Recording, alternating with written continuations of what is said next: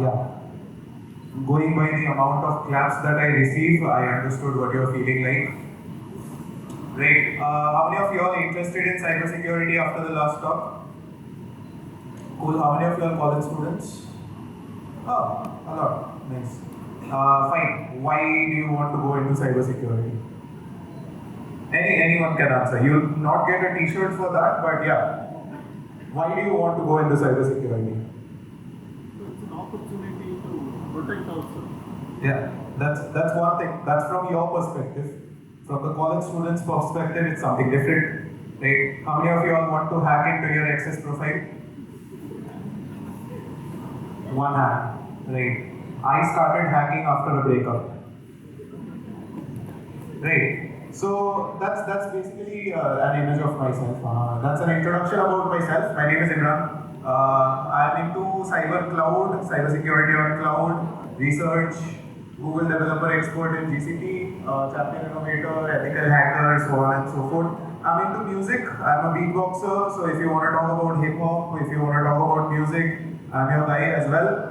And I'm lazy at the end of the day. Hence, we are going to talk a little bit more about automation and stuff like that. Right. But first, we start with the basics.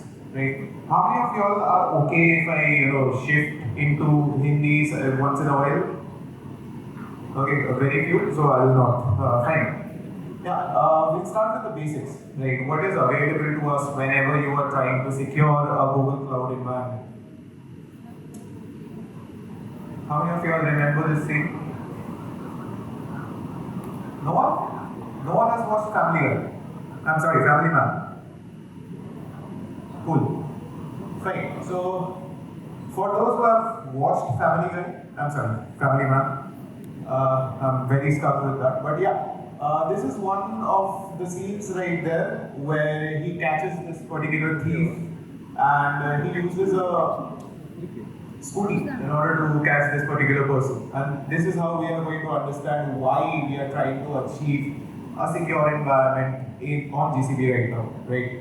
Traditional security solutions fall short against advanced threats, right? Their threats are advancing. In the last talk, you have explored about AI developing new practices, malware is getting even more advanced and so on. If malwares get advanced, you have to be advanced as well as a security person.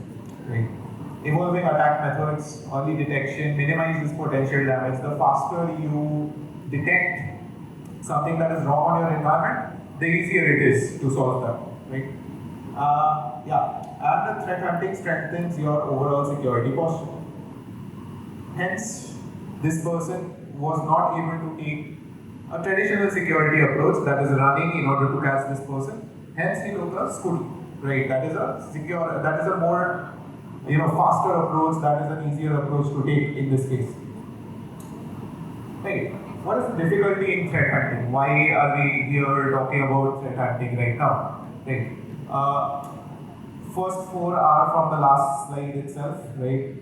GCP throws some unique curveballs at threat hunters like us, right? People who are exploring vulnerabilities, people who are exploring, cybersecurity threats and so on. First is log overload. How many of you all know what is a log? Or a log? Anyone that answers gets a t-shirt? Some kind of debugging statements that will be available when the application runs. Right. So it's to understand more. Cool. Yeah, that's basically it. A log is basically your entire history of what has gone wrong or what has gone right on your application. Right.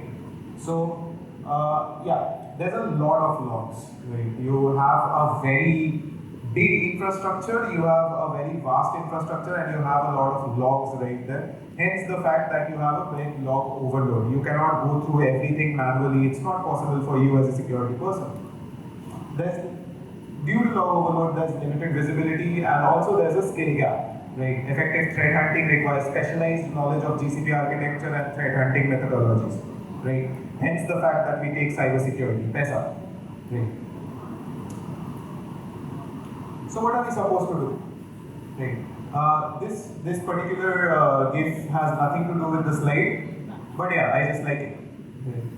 So prior to delving into remedies, how we are going to secure this environment, we are going to take some considerations into place, like vulnerable images. Right? How many of you are familiar with Kubernetes? Cool. Anyone explaining what is Kubernetes? Yeah. Container orchestration. Right? How many of you don't understand Kubernetes? Cool. There are a few. There are more I am familiar. Right. So imagine you were supposed to contact me. Right. What would you require in order to contact me? My phone number. Right. And in order to for me to pick up your call, your phone number has to be saved on my mobile phone so that I can recognize you. Right. That is a traditional approach. Right. That is one single container or one single application or a monolithic application, whatever you might call it. Now, for modern infrastructure, take it as a WhatsApp group. If you are on a WhatsApp group with me, all you require is for you to be part of that WhatsApp group. You have my number from there, you have my things from there, my contact from there, and you can contact me there, then and there itself. All you need to do is do an @, mention me, and then write your query. Right? That is Kubernetes. Right? Every single one of you part of that WhatsApp group is an application, and that WhatsApp group is your entire Kubernetes platform. And it makes networking even simpler. It gives you all of the platform that you require in order to run your application. Runtime threats and there's compliance difficulties that we'll come to in a little while. Yeah, what is available to us? Right? These are some of the tools that were available to us prior to this point. It's still available though. People use it it's very much used right now. But yeah, these are some of the tools that we won't be talking about because these are all available on Google. Right? All you need to do is search. Okay, fine. How many of you all want to learn how to hack? Cool.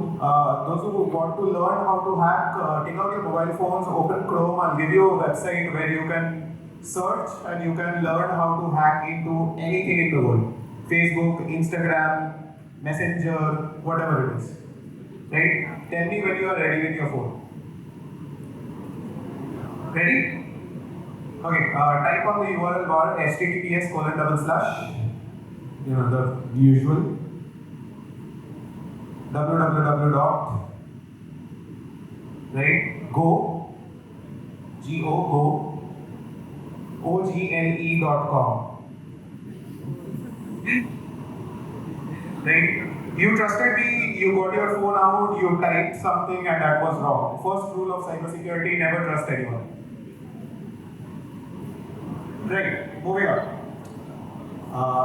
This is okay. Right.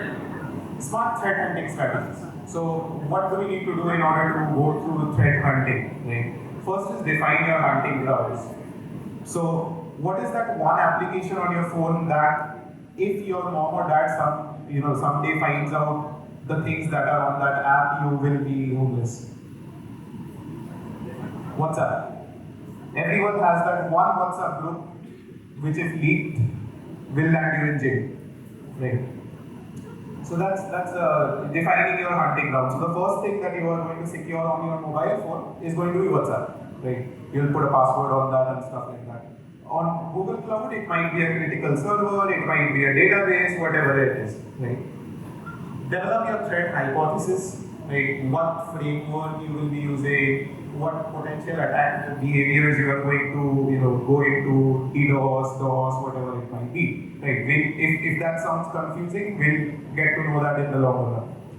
Right. Craft your hunting queries. We won't need that in this part of it, but yeah, these are some things that you can do. And investigate and remediate. If you find that someone is accessing your server illegally, right, then all you need to do is block that particular IP address which is accessing your server. Right. That's one simple solution, but yeah, there's more to that.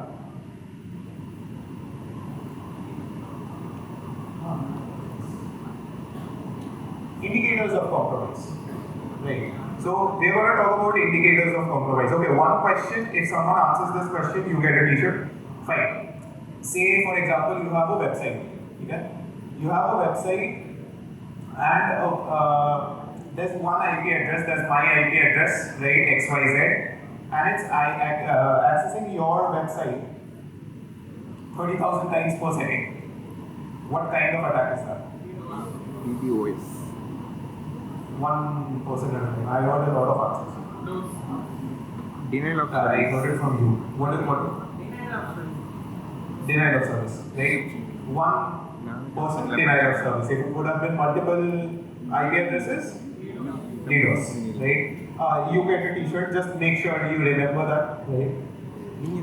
Yeah, so these are indicators of compromise. A lot of traffic coming inside of your website, and you can flag that as an indicator of compromise that, hey, someone is trying to launch a DOS attack on my website, right? And these are some of the things that are there: unusual inbound and outbound traffic, unauthorized network scans, unexplained activity by privileged users, abnormal login attempts, right? These are some of the indicators of compromise. There are many more, right? Cool. How many of you are single? How many of you are committed? No one will raise your hand. Fine. This is one question with which we are going to understand the indicator of compromise. Your girlfriend texted you, what can that mean? She's hungry, she's sleepy, she's angry, she's busy. What is the right answer? None of the above. Right? What you have to do in this case? Indicator of compromise. Go through your previous chats that you have had with this person. If you have messed up, right? किसी और का नाम लिया है, right? And stuff like that, right? That is indicator of compromise that you have to take into consideration before you make this judgment. And that is how you will suffer. Okay. Right? Moving on. Sorry. Now, how do we use these? Right? How do we use indicators of compromise in our favor? This is one particular tool called StackRox. It's basically for Kubernetes environments. You don't have to worry about the text in blue, right? Just focus on the text that is in white. This is basically namespace-based admission control. So, for example, you're a college students, right? So, what is your access control for you to get inside of your college? Say it out loud. ID card, right? Your ID card specifies that you are from XYZ college, right? That is your access control. Same thing with Kubernetes right here. If you have the namespace of StackRox, that is only when your particular pods, deployments, or anything that you might, there's a lot that you can add to this. Anything that you might need to access can be accessed in that case, right? Won't dive deep into this, but yeah, these are some things that you can also go through. This is network IOC tracking, basically checking what domains are you accessing, right? If you have an organization, right? An organization is trying you to, you should not be accessing this domain. This domain is malicious, right? There's a lot of malware on this domain that you might download while you are accessing it. You can block it using that, right? If the domains are malware.example.com, phishing.example.com, or anything of that sort, it is going to block that. It's going to monitor your malicious domains. Moving on. Practical example, right? How many of you are One Piece fans? One Piece is better than Naruto, right? You cannot argue with me. Cool. If it's a practical example, I'll just quickly see what the next slide is. Fine. Indicators of compromise, right? So going back to that topic, what is an indicator of compromise when you are with another person? Right? It's a Gen Z term. With another person, going out with another person. What is the general indicator of compromise or the general bad things that you see? What do you call that? How many of you are familiar with the term red flags? That is what we are going to do. right? We are going to do red flag hunting, right? What is the first red flag in a boy? I hope the girls answer this. What is the first red flag in a boy? Anyone? No one. Good. Very shy. Female best friend. Right? Second,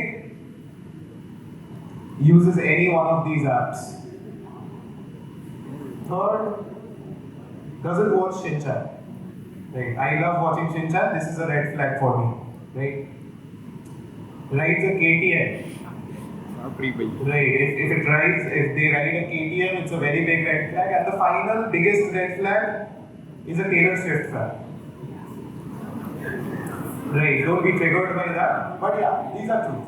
So that is red flag hunting. That is, how you find indicator of compromise and you decide that, hey, if I'm going to move on with this or I'm not going to move on with this. Right? This is another tool. This is called Cube Armor. Right? So what it does is, has some restrictive policies. Right? If you can access something, if you cannot access something, same as that of Google Drive. Right? If you have access enabled for everyone, you get the access. If you don't, you have to ask for access. Right? This is what it does there as well. There's a Cube Armor policy. It restricts file access. If your app has the label of my app, that is a genuine app that you have, then it will be able to, access or not access. You can select the action to block or allow. Right? These are some things that you can do. Taking another example, restrictive policy for network. Right? So you can allow or you can disallow any kind of ports that might be there. That might be a malicious port. That might be ports that are not supposed to be open on your computer. Maybe you're just, exploring a pod, or you are just exposing a pod on port 80 or port 443. Then these ports should not be accessible or should be accessible. You can configure those using this, right? Once again, you don't have to be worried about the YAML that is written over here. It's all available on Google. It's all available on my Medium as well. You can run through those in your own speed time. Right. So we have learned about how are we going to, block stuff. How are we going to, remove stuff, block access to something, block access to networks, and so on. Right. Going back to the topic, there is a lot of logs. Right. Those logs are going to tell you, hey, if this is right, if this is wrong, or anything of that sort. Right. That is where Chronicle backstory will come into play. Right. Chronicle backstory gives you a view that will help you access your logs in an efficient way, right? For example, it uses your cloud audit logs, cloud GKE logs, basically logs that will tell you have accessed something, you have removed something, you have altered something, whatever logs are there on your Google Cloud environment, right? And it's going to look something like this. So you're searching for, say, John MBB, might be the name of a person, might be the name of a server, whatever it might be. And it gives you a long list of logs. Maybe you want to see it for a particular time. You can just go through those, it gives you a detail of that. So these are especially, very much efficient when it comes to your forensics. Right. For example, any of you are working? Cool. What time is the normal working time? 9 to 5? Right? An employee in a good company in India is supposed to log in from 9 to 5, not after that, right? For example, hypothetically. So, if someone accesses this computer or a critical server at 3 a.m. in the night, right? So, you have seen that, hey, someone has accessed this, someone has altered something. How do I find out that particular log at that particular time? Do I scroll through that entire log? No. I just filter it according to time. And I get a login, the logs will be named as login logs. So you can, get it from there itself. This is how Chronicle backstory will work. And it uses a similar syntax to that of SQL. SAS API calls, how many of you are Among Us fans? Right? Helped us survive through COVID. right? So this monitors suspicious API calls, right? So what does it monitor? Select source labels, cluster name, blah blah blah, whatever that is. Where your payload looks like secrets and not proto payload, request principal, email like, whatever it is. So basically it's looking at suspicious API calls which are going maybe out of time. You can add more details to this.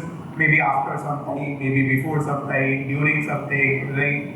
And your domain, admin@yourdomain.com. Maybe someone is not supposed to access admin@yourdomain.com except for me, because I'm the admin, right? You can get it using this command, right? And it requires more filtering through, but yeah, this is the sample script that you can run. Similarly, you can have suspicious containers. How many of you all have Windows computers? Cool. How many of you all have Macs? Got it. Look. Cool. Yeah. How many of you all have computers that are on EMIs? No one. Only me. Oh, us.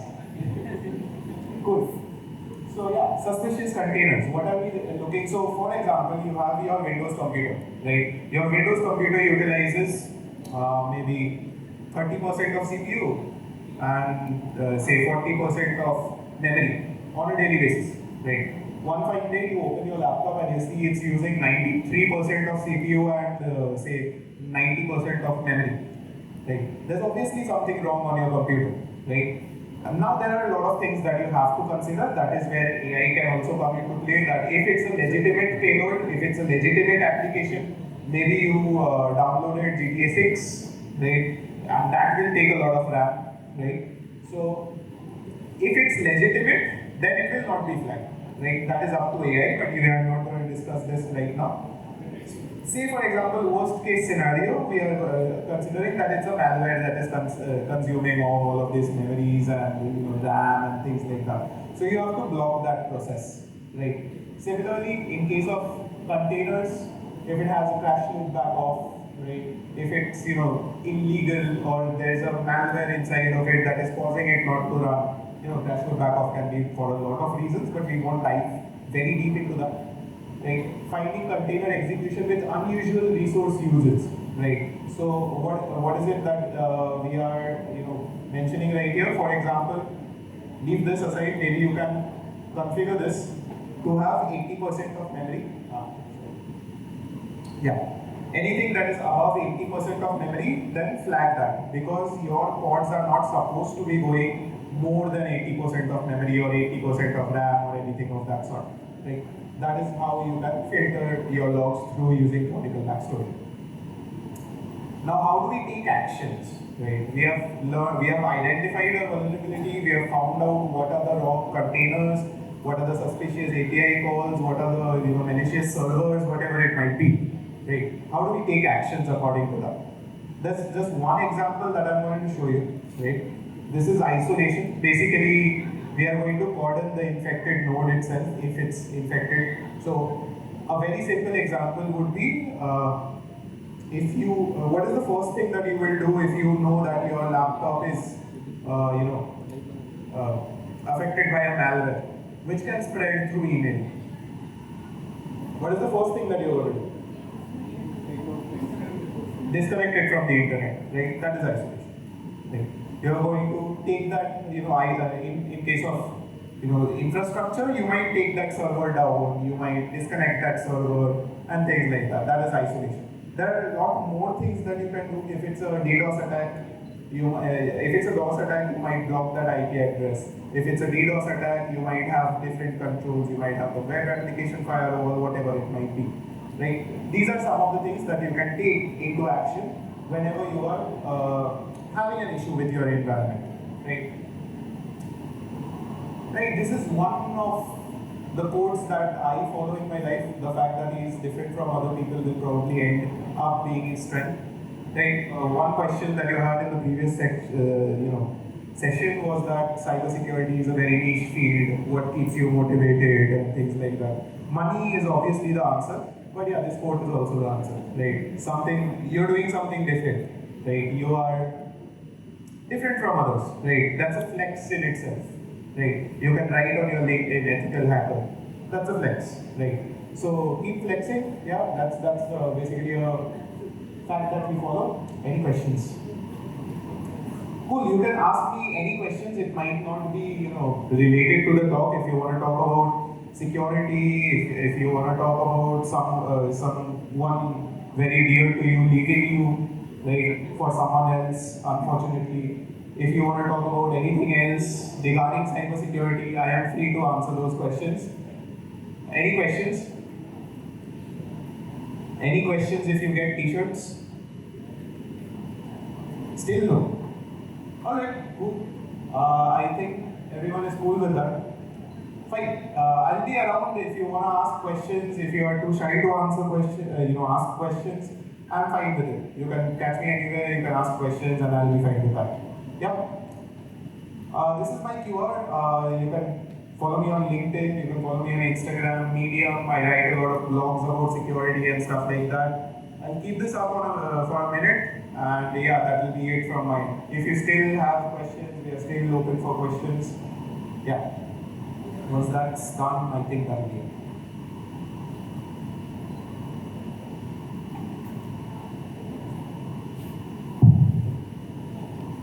Just want to confirm my understanding on the latest trend on this security.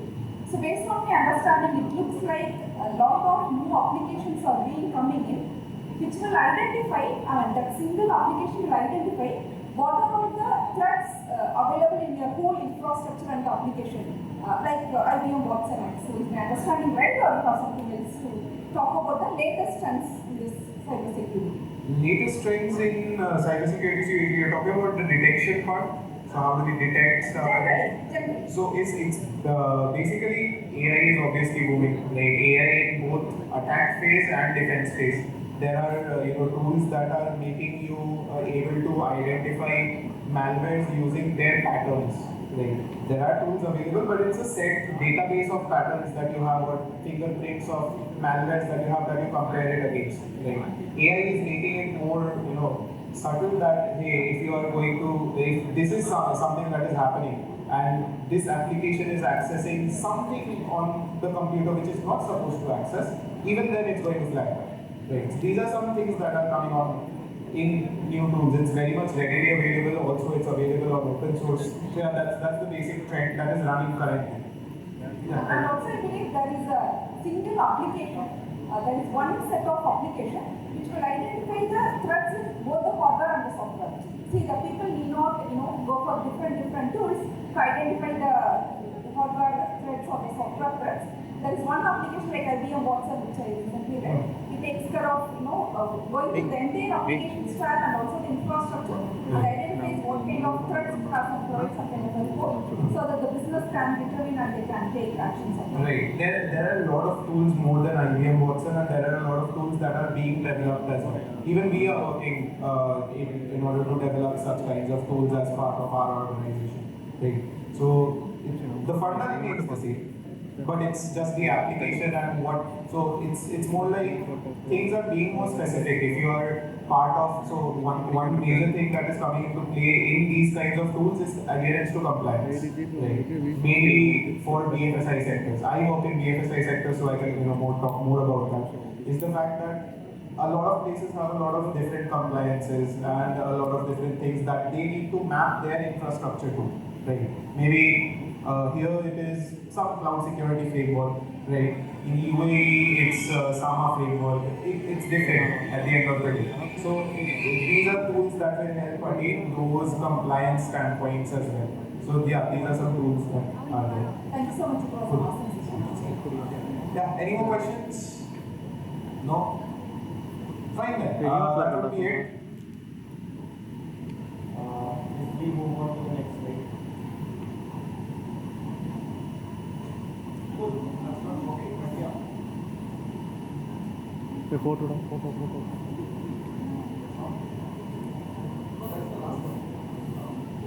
I have a 5 minutes left. Cool. Yeah, thanks for tolerating me, guys.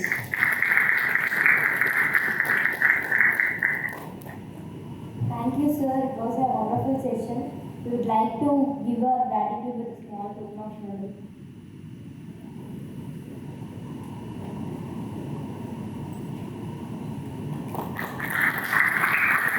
Frame.